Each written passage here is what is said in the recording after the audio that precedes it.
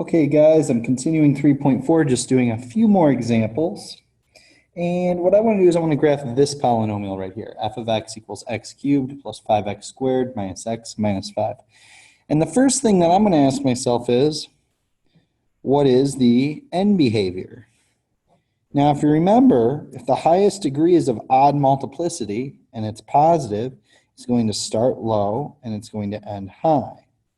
Okay, that tells me on my graph down here, I'm probably going to start somewhere down here and end somewhere high up here, just as a matter of reference. Okay. The next thing that I want to know is, what are my y-intercepts? What are my x-intercepts? So I think that's fairly easy to find. What are my y-intercepts? Okay. My y-intercept is when x is equal to 0. So notice that f of 0 is equal to negative 5. So I know I'm going to go through the y at 0, negative 5.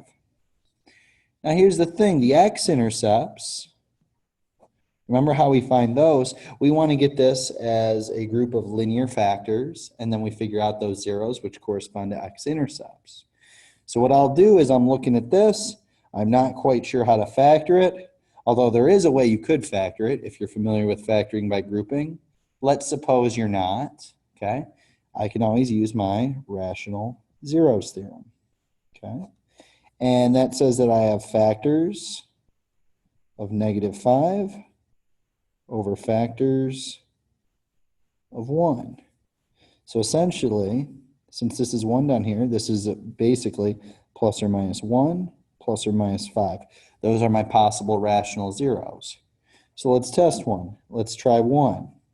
If 1 is a 0, then x minus 1 is this corresponding linear factor. I know this will divide evenly into my polynomial. So I'm going to do the synthetic division.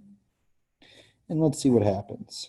1, 1, 6, 6, 5, 5, 0. So the fact that this is 0 says 1 is a 0, which then tells me that x minus 1 is a factor. So what I'm saying is I can write f of x equal to x minus 1 times these leftovers. Remember, this corresponds to, we drop it by 1 power. This is x squared plus 6x plus 5. And now, hopefully, I can go through and just factor. So x minus 1, x plus 5, x plus 1. So now I have this thing as a combination of just linear factors, and that's fine. And I can pull zeros from this. I know that the zeros are 1, negative 5, and negative 1.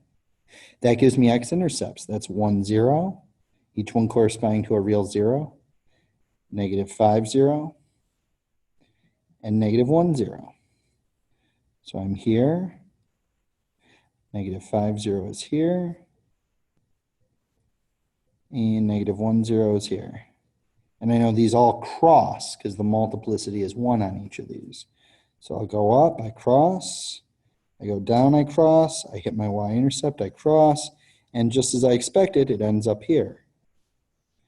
So right there is the graph of my polynomial function.